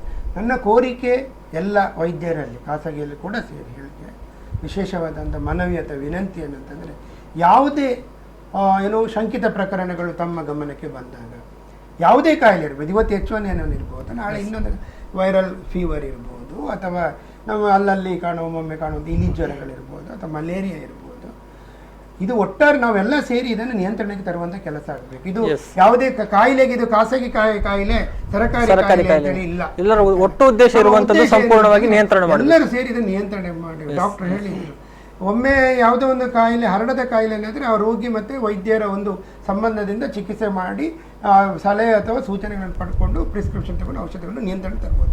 ಆದರೆ ಹರಡುವ ಕಾಯಿಲೆಯಿಂದ ಇದು ಸಾರ್ವಜನಿಕ ಆರೋಗ್ಯ ಕಾಪಾಡೋ ನಿಟ್ಟಿನಲ್ಲಿ ಒಬ್ಬನ ವೈಯಕ್ತಿಕ ಪ್ರಶ್ನೆ ಅಲ್ಲ, ಸಾರ್ವಜನಿಕ ಆರೋಗ್ಯ. ಇದರಲ್ಲಿ ನನ್ನ ಕೋರಿಕೆ ಏನಂತಂದ್ರೆ, ಎಲ್ಲ ವೈದ್ಯ ಸಮೂಹ, ಇಲ್ಲಿ ಖಾಸಗಿ ವೈದ್ಯರು, ಸರ್ಕಾರಿ ವೈದ್ಯರು ಅಂತೇಳಿ ಏನು ಭೇದ ಇಲ್ಲ. ನಾವು ವಿನಂತಿ ಮಾಡಿಕೊಳ್ಳುವುದೇನೆಂದ್ರೆ, ನಮ್ಮ ಜಿಲ್ಲೆಯ ಒಂದು ಆರೋಗ್ಯ ಕಾಪಾಡೋ ನಿಟ್ಟಿನಲ್ಲಿ ಎಲ್ಲ ವೈದ್ಯರಿದ್ದಾರೆ ನಮ್ಮ ಜೊತೆ ಕೈಗೂಡಿ, ಸರ್ಕಾರ ಕೂಡ ನಿಮ್ಮ ಜೊತೆ ಅಥವಾ ನಮ್ಮ ಇಲಾಖೆಗಳು ಕೂಡ ನಿಮ್ಮ ಜೊತೆ ಯಾವಾಗಲೂ ಇದೆ. ನಾವೆಲ್ಲ ಒಟ್ಟಿಗೆ ಸೇರಿ, ನಮಗೆ ನೀವು ದಿನನಿತ್ಯ ಆ ವರದಿಯನ್ನು ಕೊಟ್ಟಾಗ ಅಲ್ಲಿ ಸಮಾಜ ಕೂಡ ಅಷ್ಟೇ, ಯಾರಿಗಾದ್ರೂ ಒಂದು H1N1 ಬಂತಂದ್ರೆ ಅದನ್ನೊಂದು ಸೋಷಿಯಲ್ ಸ್ಟಿಗ್ಮಾ ಕೂಡ ಮಾಡಬಾರ್ದು. ಯಾವುದೇ ಒಂದು ಅವರಿಗೆ H1N1 ಮನೆ, ಅದು H1N1 ಅವರ ಮನೆಗೆ ಹೋಗಲೇಬಾರ್ದು. ಅದೇ ಸ್ವಲ್ಪ ಜಾಗ್ರತೆ ಕಾಳಜಿ ವಹಿಸಿಕೊಂಡು ಬಾರದಾಗಿ ತಡೆಗಟ್ಟುವ ವಿಚಾರಗಳನ್ನು ತಿಳ್ಕೊಂಡು, ನಾವೆಲ್ಲ ಬಹುಶಃ ನಮ್ಮ ಜಿಲ್ಲೆಯವರು ಎಲ್ಲರಿಗೂ ಗೊತ್ತಿರೋದೆಲ್ಲ ನಮ್ಮ ಬುದ್ಧಿವಂತ ಜಿಲ್ಲೆ, ನಾವೆಲ್ಲ ವಿದ್ಯಾವಂತರು.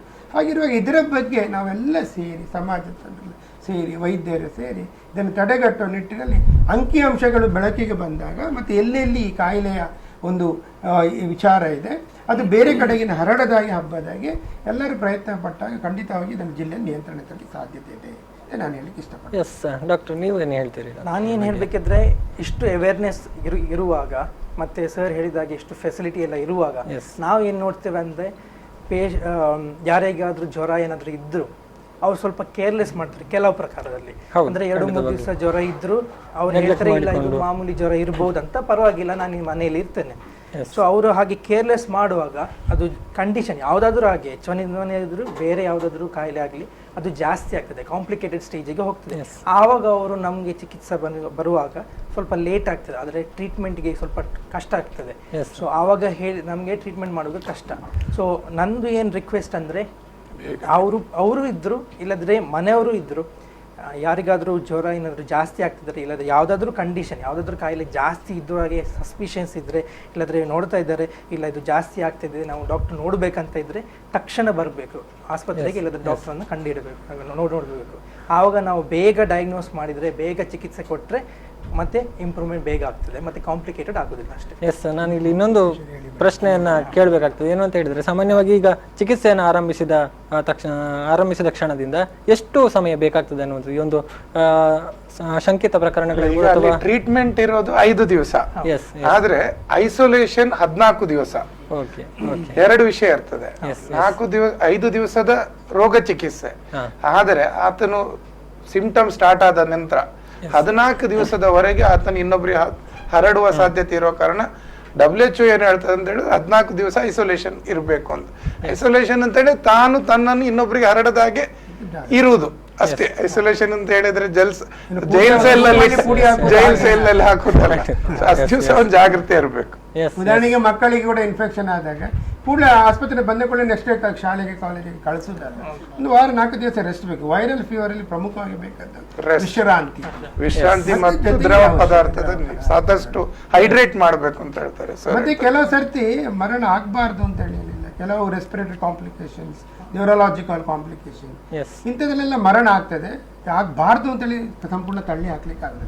ಆದ್ರೆ ಈ ಮರಣಕ್ಕೂ ಕೂಡ ಬರೀ H1N1 ಮಾತ್ರ ಆಗಿರೋ ಜೊತೆಗೆ ಆ ಮಧುಮೇಹ ಕಾಯಿಲೆ ಅಂತ ನಾನು ಹೇಳಿದೆ, ಅದು ನಿಯಂತ್ರಣದಲ್ಲಿ ಇಲ್ಲದೇ ಇದ್ದರೆ ಸೊ ಅಲ್ಲಿ ವೈದ್ಯರಿಗೆ ಮಧುಮೇಹವನ್ನು ನಿಯಂತ್ರಿಸಬೇಕು, H1N1 ಕಾಯಿಲೆಯನ್ನು ಕೂಡ ಒಟ್ಟಿಗೆ ನಿಯಂತ್ರಣ. ಒಬ್ಬ ಧೂಮಪಾನ ಬಹಳಷ್ಟು ವರ್ಷಗಳಿಂದ ಮಾಡಿದ್ರೆ ಅವನ ಶ್ವಾಸಕೋಶ ಬಹಳ ದುರ್ಬಲ ಆಗಿದ್ರೆ ಇದನ್ನು ಕೂಡ ಬಲಪಡಿಸುವಂತ ಕೆಲಸಗಳಾಗಬೇಕು ವೈದ್ಯರಿಂದ.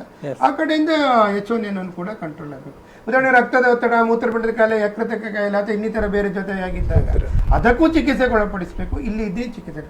ಒಂದು ವೇಳೆ ಕೆಲವು ಸರ್ತಿ ಗಂಭೀರತೆಗೆ ಹೋದಾಗ ಕೆಲವರು ಬಾರಿ ಏನು ICU ಇಂಟೆನ್ಸಿವ್ ಕೇರ್ ಯೂನಿಟ್ ಅಂತ ಹೇಳ್ತೇವೆ, ಅಂಥ ಸ್ಥಳದಲ್ಲಿ ಅಂಥ ಕಡೆಗಳಿಗೆ ಕೂಡ ಅಡ್ಮಿಟ್ ಆಗಿ ಕೆಲವು ಚಿಕಿತ್ಸೆ ಪಡೆದು ಹೊರಗೆ ಬರಲಿಕ್ಕೆ ಸಾಧ್ಯತೆ ಇದೆ. ಇಲ್ಲ ಸರ್, ವಿಶೇಷವಾಗಿ ಕಾಂಪ್ಲಿಕೇಶನ್ಲಿ ಕೆಲವು ಅಕ್ಯೂಟ್ ರೆಸ್ಪಿರೇಟರಿ ಡಿಸ್ಟ್ರೆಸ್ ಸಿಂಡ್ರೋಮ್ ಅಂತ ಹೇಳ್ತೇವೆ, ಸಿವಿಯರ್ ಕಾಂಪ್ಲಿಕೇಶನ್, ಬಹಳಷ್ಟು ಶ್ವಾಸಕೋಶ ನಿಮೋನಿಯಾಕ್ಕೆ ಮಟ್ಟಕ್ಕೆ ಹೋಗಿ ವಿಪರೀತವಾದಂತಹ ಒಂದು ಮಟ್ಟಕ್ಕೆ ಹೋದಾಗ ಕೆಲವು ಸರ್ತಿ ಮರಣಗಳು ತಡೆಗಟ್ಟೋದು ಸ್ವಲ್ಪ ಕಷ್ಟ ಅಂತ ಹೇಳ್ಬಿಟ್ಟು ನಾನು ಹೇಳಿದೆ.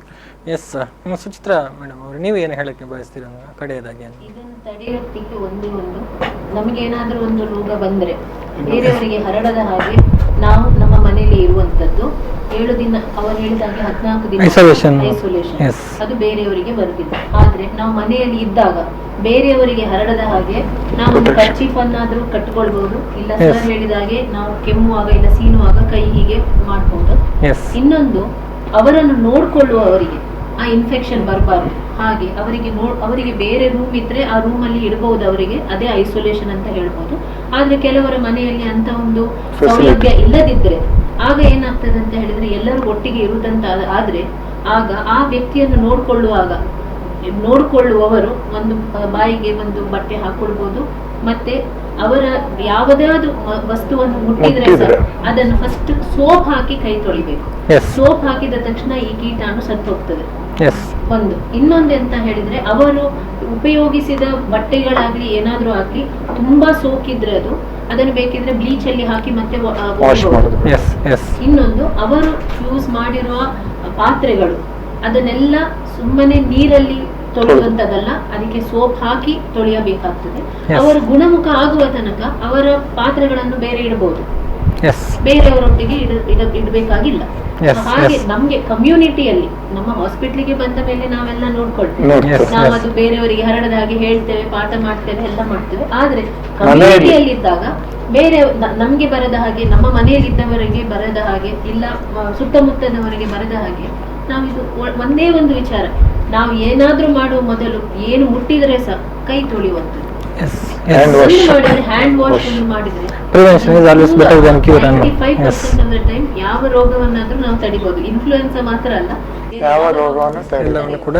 ಎಸ್ ಡಾಕ್ಟರ್ ಅವರು ಹೇಳಿದ್ರು ಕೈ ತೊಳೆಯೋದೇ ಕೆಲವು ಸತಿ ಅಭ್ಯಾಸಗಳಿರ್ತದೆ. ನಾವು ಮೂಗನ್ನು ಮುಟ್ಟುವುದು, ಬಾಯನ್ನು ಮುಟ್ಟುವುದು, ಸ್ಪರ್ಶ ಮಾಡುವಂಥದ್ದು, ಹಾಗೆ ಮುಖವನ್ನು ಮುಟ್ಟುಕೊಳ್ಳೇಬಾರದು. ಬಹಳಷ್ಟು ಮಾಹಿತಿಗಳನ್ನ ತಿಳಿಸಿಕೊಟ್ರೆ H1N1 ಬಗ್ಗೆ. ಎಲ್ರಿಗೂ ಧನ್ಯವಾದಗಳನ್ನು ಈ ಸಂದರ್ಭದಲ್ಲಿ ನಾನು ಅರ್ಪಿಸ್ತಾ ಇದ್ದೀನಿ. ಇನ್ನು ಮುಂದಿನ ದಿನಗಳಲ್ಲಿ ಮತ್ತಷ್ಟು ನಾವು ಈ ಬಗ್ಗೆ ಮಾಹಿತಿಯನ್ನ ಕೊಡೋದಕ್ಕೆ ಪ್ರಯತ್ನಗಳನ್ನ ಮಾಡ್ತೀವಿ. ಜೊತೆಗೆ ಇನ್ನು ಮುಂದಿನ ವಾರದಲ್ಲಿ ಈ ಬಗ್ಗೆ ಇನ್ನಷ್ಟು ಅಂಕಿಅಂಶಗಳು ಲಭ್ಯ ಆಗಲಿದೆ ಅನ್ನುವಂಥ ಮಾಹಿತಿಯನ್ನು ಕೂಡ ಜಿಲ್ಲಾ ಆರೋಗ್ಯಾಧಿಕಾರಿಗಳು ಕೊಟ್ಟಿರುವಂತದ್ದು. ಅದರ ಬಗ್ಗೆ ಕೂಡ ನಾವು ನಿಮಗೆ ಮಾಹಿತಿಯನ್ನು ಕೊಡ್ತೀವಿ. ಇದು ಇವತ್ತಿನ ವಿಶೇಷ ಕಾರ್ಯಕ್ರಮ. ಮುಂದಿನ ಕಾರ್ಯಕ್ರಮದೊಂದಿಗೆ ಮತ್ತೆ ನಿಮ್ಮನ್ನು ಭೇಟಿ ಮಾಡ್ತೇವೆ. ನಿರಂತರ ಸುದ್ದಿ, ಮಾಹಿತಿ ಮತ್ತು ಮನೋರಂಜನೆಗಾಗಿ ನೋಡ್ತಾ ಇರಿ V4 ನ್ಯೂಸ್. ನಮಸ್ಕಾರ.